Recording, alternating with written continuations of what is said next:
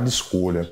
E além disso tudo, cada ser humano também é um mundo, é um universo de sentidos e de afetos e de comportamentos, né? E tendo como pressuposto essa noção acerca do pensamento, né? Essa ideia acerca do que é pensamento, como essa expressão de algo que é interno, nós chegamos então à questão do curso, da forma e do conteúdo dos pensamentos. Normalmente o curso, a forma e o conteúdo é o que a gente vai analisar ali no processo clínico, eu diria.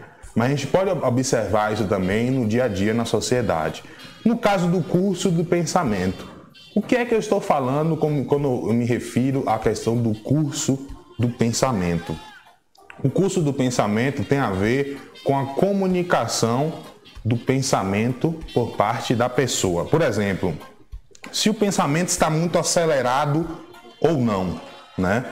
Uma pessoa, por exemplo, que está vivenciando um episódio de síndrome maníaca, de mania, ela vai ter o pensamento tão acelerado, ela vai pensar em tantas coisas ao mesmo tempo, naquele momento que ela está em crise, que ela não vai conseguir captar e entender os estímulos que vêm de fora. Então, a pessoa, quando está no estado de mania, Ivanildo, normalmente ela age muito pelo impulso. Eu já conheci pessoas em estado de mania de saírem assim para um shopping e comprarem 10, 15 mil reais de roupa, né? Então acabam às vezes tendo comportamentos muito impulsivos, né? O que representa um estado de pensamento acelerado. Então a pessoa não consegue focar, não consegue prestar atenção em alguns estímulos, porque o pensamento dela está sempre ali acelerado, são muitos conteúdos que ela fica pensando ao mesmo tempo. Isso é muito comum em pessoas que têm síndrome maníaca, né? Que é um estado patológico. Além disso, a pessoa ela também pode apresentar um quadro de lentificação do pensamento. Não sei se você já conversou com alguém que tem uma fala assim muito devagar, que expressa os pensamentos de uma forma muito lenta, muito, às vezes sem nexo, inclusive, de uma forma muito pausada, interrompida. Isso é muito comum, Ivanildo. Quando eu bebo, eu fico assim. É mesmo? E eu ia falar algo mais ou menos nessa direção aí. Quando você, né, quando eu bebia bastante, assim, ficava lento pra falar, aquela coisa, né? Mas eu queria acelerar, não conseguia, né? E tal, tentava fazer, mas não conseguia raciocinar de forma. E de certa forma, quando a gente vê alguém com o pensamento e a comunicação muito lenta além do normal, a gente pode desconfiar de que aquela pessoa talvez esteja num estado de alteração da realidade, né? Então, esse tipo de pensamento lento, de uma forma muito pausada, né, arrastada, isso é muito comum em clientes e pacientes com quadros depressivos, né? Além disso, pessoas com síndrome de Parkinson, esquizofrênicos também, tendem a apresentar um pensamento e uma comunicação desse pensamento muito lenta, né? Muito pausada. O esquizofrênico, inclusive, quando você dialoga ou conversa com uma pessoa que tem esquizofrenia, normalmente ela não vai conseguir se lembrar de alguns fatos passados da vida dela. E ela não vai fazer esforço em se lembrar desses fatos passados. Além de tudo, o esquizofrênico ele tem uma dificuldade na questão social, na interação social. Então, para ele, algumas coisas que para nós faz sentido, né, nas relações interpessoais, o esquizofrênico não faz muito sentido, porque ele não está, inscrito na questão social. Ele vive, ele cria uma realidade, um mundo que é só dele, que só existe na mente dele. Então, muitos momentos você vai ver pacientes, por exemplo, esquizofrênicos, com esse atraso do pensamento, com essa lentidão de expressar a fala e os conteúdos que está dentro, está no pensamento. Então, o esquizofrênico ele vive essa realidade muito privada a ele mesmo. O que não há nenhum problema nisso, né? Com certeza você deve conhecer ou conviver com alguém que tem esquizofrenia, né? E se essa pessoa for tratada, se essa pessoa for acompanhada, ela não vai oferecer nenhum tipo de risco e ela vai viver na sociedade assim como qualquer outra pessoa. Em relação à forma do pensamento, eu falei sobre o curso, que é essa expressão, se o pensamento está lento ou não. Agora vamos falar sobre a forma. Isso quer dizer, Ivanildo, da capacidade que nós temos de encadear as nossas palavras, né? E a nossa fala. Então, de certa forma, quando eu estou aqui falando com vocês, quando o Ivanildo está aqui articulando a sua fala, nós queremos, de certa forma, fazer com que você compreenda isso que a gente está falando.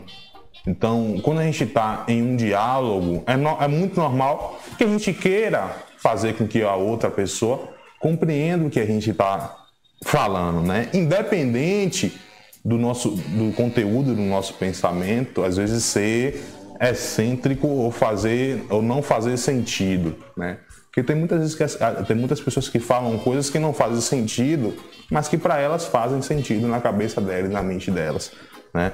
Então, de certa forma, uma pessoa, por exemplo, que está no estado de delírio, ela pode dizer várias coisas. Ela pode dizer que está em 2 lugares ao mesmo tempo, ou pode dizer que está vendo uma pessoa ali na frente dela, né? Ou pode, por exemplo, achar que é um herói ou que tem uma missão a fazer nessa vida.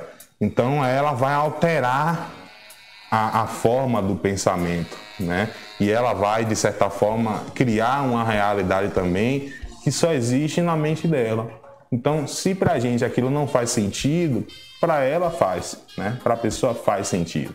Então, isso quer dizer, isso é a forma do pensamento. Se aquilo que a pessoa está dizendo faz sentido ou não, se dá para compreender ou não, né? Tem muitos casos que, às vezes, a gente fica assim, o que é que essa pessoa está falando realmente, né? Mas eu falei sobre o delírio, que é esse estado de alteração do pensamento, onde a pessoa ela pode ver algumas coisas, pode achar que tem uma missão, pode achar que é um herói, pode criar uma realidade também muito particular a ela só. Mas existe também, Ivanildo, é muito importante falar sobre isso, a questão do delírio. Existe o delírio e existe o delírio. O delírio normalmente ele é provocado por substâncias químicas ou por algum estado corporal alterado. Uma pessoa quando está com a febre alta, por exemplo, ela pode ter um delírio, né? Ela pode ter um episódio de alucinação, por exemplo, ou de ver alguma coisa que não está ali muito bem na realidade. Isso por esse estado alterado orgânico do corpo, da febre, né? Que pode provocar esse estado de alteração também do pensamento. Então, existem esses 2 tipos de estados de pensamento que, de certa forma, assim, são comuns, né? Quem aí nunca teve uma febre alta e sentiu algumas coisas que não deveria sentir, né, na normalidade? Então, isso é muito comum. E em relação ao conteúdo dos pensamentos, aí, nesse caso, a gente avalia a riqueza daquela comunicação, daquele discurso, daquela fala. Além disso, a história, né, daquilo que a pessoa está falando, os fatos e acontecimentos que provocaram aquele pensamento, eu diria. Em alguns casos, Ivanildo, pode haver o empobrecimento do discurso, ou seja, pessoas que são muito irônicas, que utilizam muito de ironias, que são muito dissimuladas, jocosas, a construção de mitos, delírios, que é justamente um juízo de uma realidade que não existe no plano físico, né? Não existe num plano literal, eu diria assim, mas existe na mente daquela pessoa que manifesta aquele pensamento. E é nesse sentido que eu digo, Ivanildo, que cada pessoa é um mundo, né? Cada um tem sua história de vida e cada um tem a sua expressão de ser, né? E nesse passo também, cada um vai ter o seu pensamento, cada um vai expressar isso de uma maneira. Conforme o Manual Diagnóstico e Estatístico dos Transtornos Mentais, o chamado DSM-5, a lista dos principais transtornos mentais são o transtorno psicótico, né, como esquizofrenia, né, ou transtorno delirante. Transtorno psicótico é um tipo de transtorno do pensamento, certo? E, de certa forma, é comum também. Transtornos da personalidade, né? Eu já falei, inclusive, sobre isso aqui.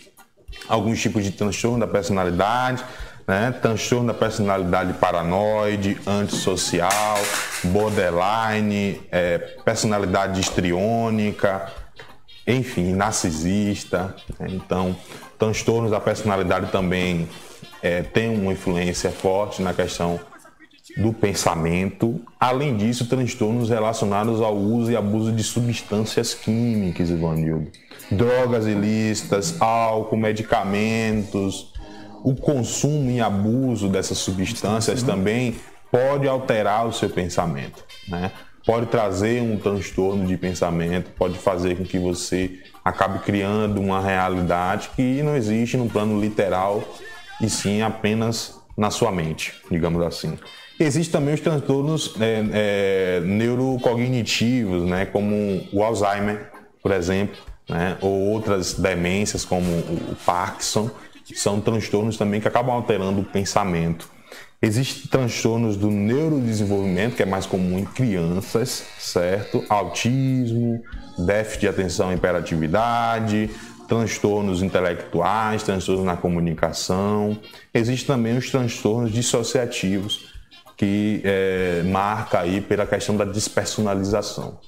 Então, são alguns tipos de patologias, Ivanildo, que existem, né, que acabam marcando a vida das pessoas e, de certa forma, quando não tratadas, né, causam um prejuízo muito grande à saúde mental da pessoa e do indivíduo.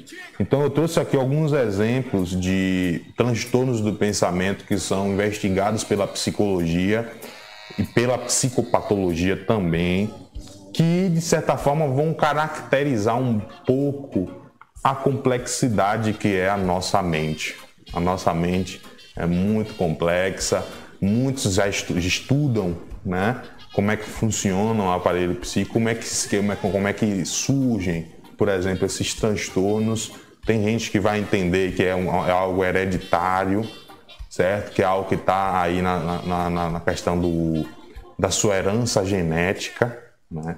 Então, normalmente, alguns transtornos, como por exemplo o transtorno psicótico, ele é muito mais compreendido quando a gente coloca a pessoa numa árvore genealógica, e aí a gente pode chegar ao ponto de identificar alguém da família daquela pessoa que já teve esse transtorno, né? Então, alguns tipos de transtorno, eles são tão complexos que a única explicação é de que é algo que já vem acontecendo há muito tempo naquela família e acaba resultando naquele adoecimento com aquele indivíduo. Outras pessoas vão entender que situações na nossa vida, traumas, eventos estressantes, né, processos de sofrimento vão também provocar esse tipo de transtorno e o quadro geral de adoecimento psíquico. Existe tratamento para essas intercorrências, Ivanildo?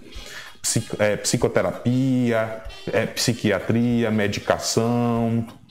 Existem muitas formas de tratar esses tipos de transtornos do pensamento que acometem a vida das pessoas. E caso isso esteja, de certa forma, atrapalhando, né, a sua vida, as suas relações, a sua atividade laboral, o seu trabalho, procure ajuda, né, fale sobre isso. Hoje há muitas formas de tratar, né, e lidar com transtornos do pensamento. Tá aí, amigos ouvintes, nosso querido Alexandro Rocha Júnior aqui com a gente na Piditinga, mandando um abraço aqui a galera que está acompanhando a gente pelo canal do YouTube, assistindo. A nossa querida Sônia Salles, boa tarde, boa noite, né? Ou seja, bom dia, boa tarde, boa noite, Vanildo. A nossa querida Úrsula Maria, um abraço, boa tarde. O nosso Constâncio Filho, Nascimento, faz uma pergunta aqui, né? Boa tarde, Vanildo, equipe, parabéns por esse ótimo quadro, né? Quero saber do professor o que significa a gente pensar em uma pessoa e de repente essa pessoa aparecer. Fantasma, quem sabe, né? E ele coloca aqui também, né? Eu também Eu também, a pessoa está em um lugar pela primeira vez e achar que já esteve naquele lugar antes. Se isso tem alguma coisa. Esse fato de achar que já esteve no lugar e você vai num lugar que você nunca foi e aí você acha que já esteve. Déjà vu, né? É o chamado déjà vu, né? Que é um processo cerebral e muitos, inclusive explicam que esse déjà vu pode ser por essa questão genética. Então, às vezes você não foi ali no lugar, mas tem alguém da sua família talvez que tenha ido, né? Ou você foi ali quando era muito criança e não lembra disso. Agora, a questão de você ver uma coisa que não existe num plano literal ou que as outras pessoas não estão vendo, isso é algo que você pode assim investigar de uma forma melhor, né? Quem sabe procurar a ajuda de um profissional, porque a mente pode criar, certo, Ivanildo? Coisas, objetos, pessoas, eventos, missões. A mente ela é muito complexa e ela pode criar uma realidade alternativa que acaba só existindo dentro de você e na sua própria mente. As outras pessoas não compartilham dessa realidade. E aí você se questiona se é normal ou se não é normal, né? E aí eu vou deixar... Mas se a pessoa consegue conviver com isso, né? Consegue suprimir isso no sentido de não estar mudando, né? Mas tendo essas percepções, essas coisas, e sendo para ela uma forma vantajosa, em um certo ponto, ela consegue ter uma mediação, uma previsão de alguma coisa que vai acontecer, né? E que não pode desencadear alguma coisa de anormal, né? Você acredita que ela tem que sair desse momento e buscar uma ajuda, ou ela fica nesse cantinho mesmo, usando dessa sua forma? Uma questão que eu vejo muito em relação às doenças mentais é a questão da negação. Então a gente vive numa cidade que tem uma questão religiosa muito forte. Verdade. Agora a gente está aqui falando, né? E o sino da igreja toca, né? Isso para muita gente já é um sinal, um aviso. Talvez se preparar para o fim da noite, fazer uma oração. Tem gente que para e ora nesse momento, né? Na última segunda-feira do mês. Estou pensando aqui, na última segunda-feira do mês, o sino toca, uma última sexta-feira do mês também toca. Interessante, né? Interessante. Mas essa questão religiosa, ela está muito penetrada aqui na nossa cultura e na nossa realidade. Então, muitas vezes, né, hoje a ciência psicológica já avançou muito, né? Então, hoje você já tem aqui um manual que vai dar um nome, dar um diagnóstico a quadros e sintomas, né? Então, hoje em dia já é possível você aceitar que às vezes você tem uma questão mental, você tem um problema psicológico e que isso, de certa forma, pode estar afetando a sua realidade. Agora, vai de cada um também aceitar ou não isso. A gente se apega muito à questão da religião, né? Agora também não acha que é um pouco também de uma covardia, né? A profissão, os psicólogos, em enfrentar isso de frente, ficar sempre deixando, não colocar que, na real, não existe essa situação religiosa? Eu acho que há um respeito, né? Até porque, Ivanildo, de certa forma, as ciências que investigam a psicologia, elas não sabem tudo, né? Então a gente não pode dizer também que a ciência é a que tem razão em tudo, né? Então há um certo respeito no que tange a psicologia, porque tem muita gente que tem uma experiência positiva vivendo nessa realidade, de ver coisas, de ouvir coisas. Só que pela minha experiência, coisas, né? Só que pela minha experiência, isso vai chegando no limite, né? Onde você vai vivendo uma realidade que só existe na sua cabeça, só existe na sua mente. Então vai chegar um limite que você não vai conseguir conviver na sociedade, porque aquilo só existe dentro de você, né? Então, se isso está te atrapalhando, se isso está te afetando, acho que cabe você buscar, né, um profissional, tentar investigar de onde é que está surgindo, talvez, esses delírios. Falta também, eu acho, um pouco de coragem de admitir, né? Como você falou, as pessoas tendem, né, normalmente não admitir que está com problema psicológico. Mas é mais fácil você colocar um problema na religião, até causar um certo impacto negativo à religião, uma coisa que é física, é uma coisa psicológica, não é uma... Em vez de ajudar, você está prejudicando a parte religiosa só por negar. É porque ninguém quer dizer que tem problema mental, ninguém dizer que é doido, né? Dito popular, a gente pode dizer nem doido, mas pessoas que têm um problema mental, não enfrentar essa situação, essa real, né? E querer colocar sempre o culpado, aquele que fez, aquele que colocou, que comia aquilo, que fez o feitiço assim, o feitiço, né? Dessa situação toda, né? Essa é uma questão que está muito presente, está muito penetrada aqui na nossa cultura, principalmente tratando de interior, de cachoeira. Somente cachoeira. Então, assim, negar os transtornos e as doenças mentais, né, é negar a realidade, é negar que o nosso corpo ele possui suas limitações, que a nossa mente também possui suas limitações, né? Nós não podemos tudo, infelizmente, a nossa mente não pode tudo, apesar de ser um aparelho bem complexo, né? Mas tem gente que infelizmente é acometido por doenças mentais, né? E nega isso.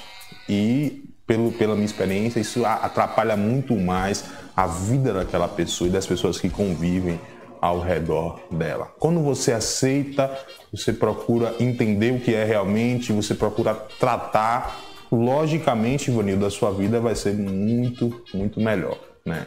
E assim, é preciso respeitar a questão da espiritualidade também, da religiosidade, cada um tem o seu ponto de vista no que tange a isso, mas é preciso também ter limites, né? Porque radicalismo não leva a nada, né? Só leva você a negar cada vez mais a sua realidade, digamos assim. Tá aí, amigos ouvintes da nossa TV e rádio web Olha a Pititinga. Esse é o quadro Psicopapo com o nosso querido Alexandro Rocha Júnior, a quem eu agradeço, né, a participação dele com a gente. E na próxima segunda-feira estará de volta, né, Alexandro? Estarei sim, estarei aqui. Grande abraço a todos os ouvintes que ficaram conosco conectados e até o próximo Psicopapo. Tá aí o Psicopapo com a gente na Pititinga. Lembrando que você pode